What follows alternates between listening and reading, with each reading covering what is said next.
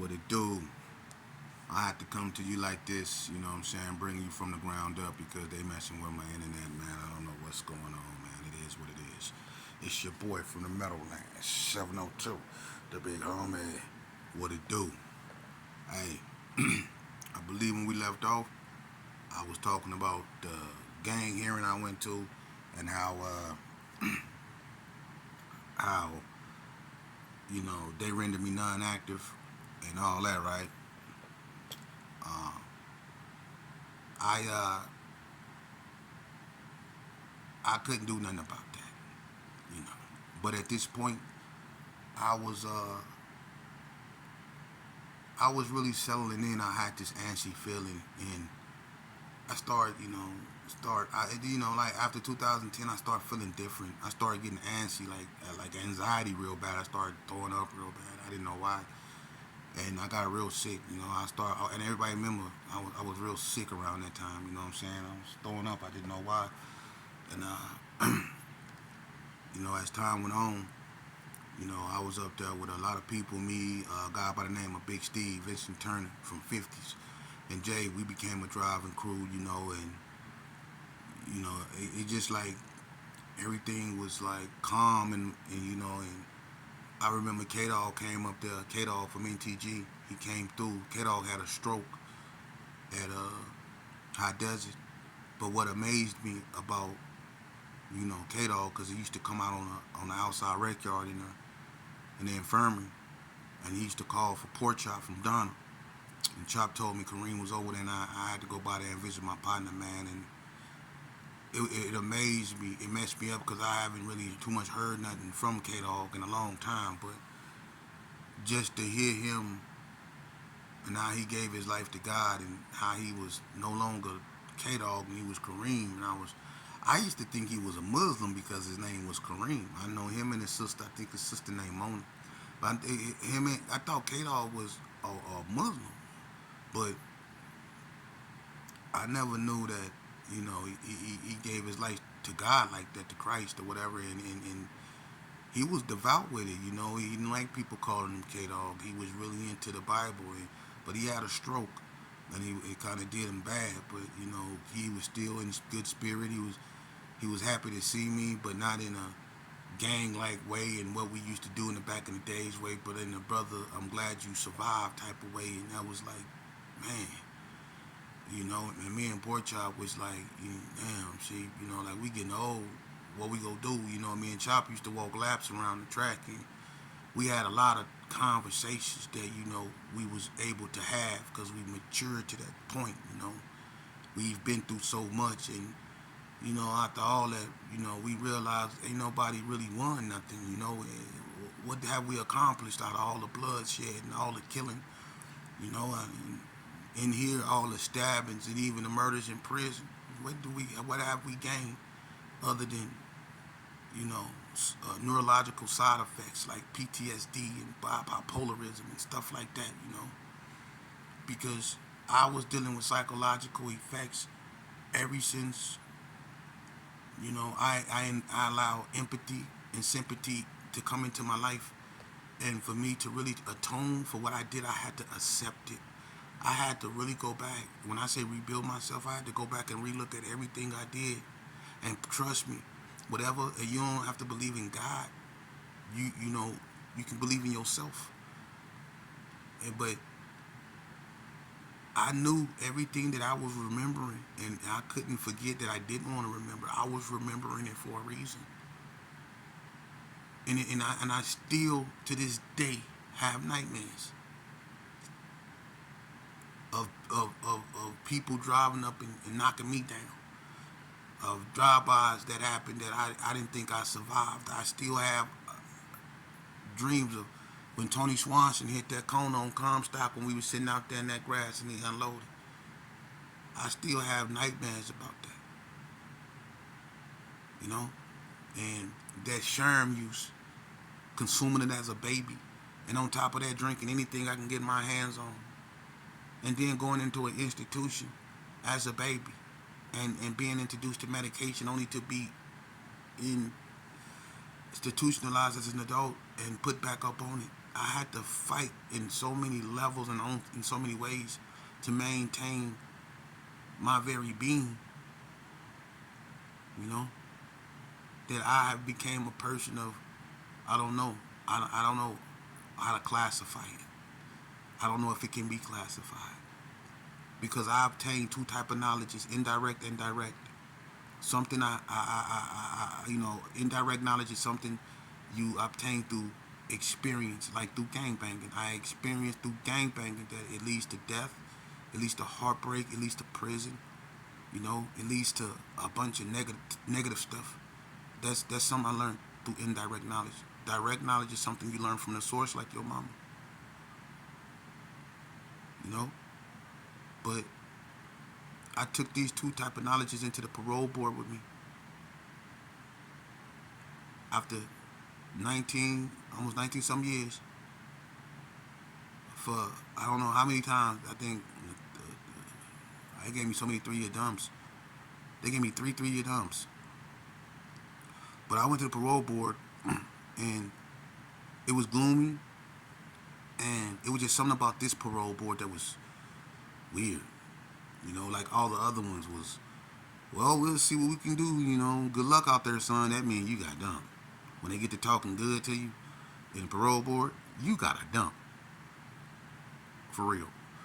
They talk so good to you, you come out of there like, you got it, boy, you got a dump. If they talk good to you in the Nevada parole board, if they treat you nice in Nevada parole board hearings, you got dumped. I'm going to just give you the warning ahead of time. If they treat you nice in the board, you got a dump. Believe that.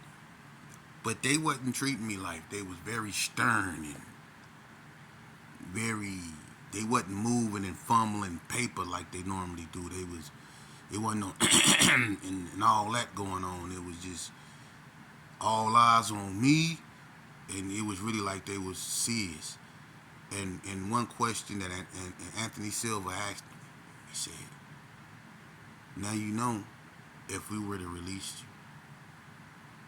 you, you've been gone a long time. You're going to have to dot all out your I's and cross all your T's. Do you think you can do that? I told him, man, I didn't think I could never, go to college or accomplish the things that I have accomplished. I know what I've accomplished proves that I can do anything I set my mind to do. And if I would have believed in that before I even had to go through what I went through to be sitting here in front of you, I could have been a man of renowned stature.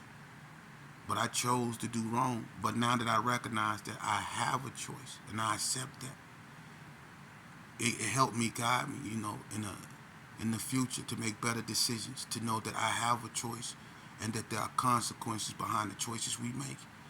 That alone, me just being real with them, they paroled me after all that time. And I didn't know that I had how to take that because I was finally going home. After all that time, so many people had died and so many people have left. And it was people that I came that was there when I got there, that was still there and still there now that I have been gone. And when I got out and I got my parole, it took them a month to tell me. They played a game on me. They wouldn't never tell me I made it. And I remember me and Big Mouse from Athens Park, we went to parole board together, me and Big Mouse. And Big Mouse, he had cancer real bad. And he wanted to get out to see his parents. And he was so anxious to see what they did. And I used to tell Mouse every day, Mouse, you got it. He said, you think I got the sheep? Huh? You think I got it, huh? You think I'll let me out, huh? And Mouse lost one of his sons. He got some twin sons. I think one of them named Psycho Mouse. I think he got killed. And then there's another one, a G twin. And one of them Psycho Mouse got killed. And that hurt Mouse real bad, man. Mouse was a good dude, man.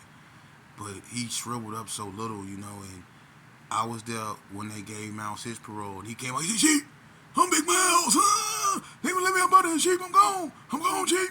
Jehovah, let me up out of here, I'm gone, man. You know, I was so happy for Mouse, man, and man, just to see him and you know get out, and it was like, wow, it's over.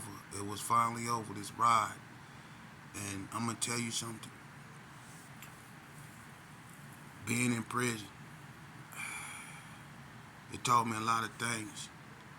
It taught me that, you know, at the end of the day, no matter how tough you think you are, you can never be tough enough, because no matter what we called ourselves on any prison yard, shot callers, leaders, whatever you want to call us, at the end of the day, when they said lock it down, we did just that. It didn't matter if we was whoever on the yard, if you was Big Pretty, if you was Ricky Cooper, if you was me, if you was Tony Hines, Gus, if it don't matter who you was, the wardens run that. When they told us to get up against the wall, we did, and if we didn't, they made us. And it didn't matter what type of animosity or level of aggression you can go, they can bring it up another level. I fought every goon squad in the state of Nevada and lost every fight. But the fact that I fought them, I thought that gave me credence. It don't give you credence. It makes you look stupid. You lost. You still locked up. They going home. They still getting paid. You lost. Just because you put up a fight for 6, 7 seconds, you think you hard. I fought every goon squad in the state of Nevada, bruh. And it didn't do nothing but get me more time and led me to do more time in prison. I found myself in isolation. I always found myself by myself, behind my actions. I always ended up in a room somewhere by myself, behind my actions. I had a lot of time to spend to myself. So with that, I got to know myself. And I took a disadvantage and then used it to my advantage. They used the whole medication and other measures like 4-point me to break me. And I used those same things to make me who I am and liberate me with the assistance of books. For real. Now, when I come back and I start, talking, I'm gonna bring you Chronicles of Vegas from the eyes of a reptile, and I'm gonna go back over where everything we spoke about and the wars I didn't touch on. I'm gonna touch on them, and things I didn't speak on. I'm gonna speak on them, and we go get a little bit more realer.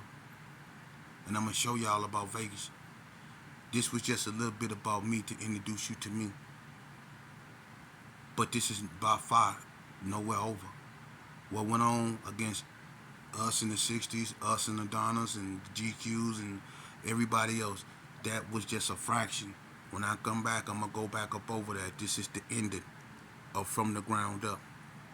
It's a short journey into the life of me, the son of the founder of the first game in Las Vegas, which was Herbert Gerson. I am the son of Albert Lee Shepard Allen,